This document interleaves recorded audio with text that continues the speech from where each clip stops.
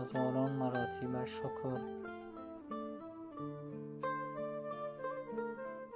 که در کنارمان هستی و آرام دلهای بیقرارمان هستی. جز تو چی جوییم و جز تو کی را خوانیم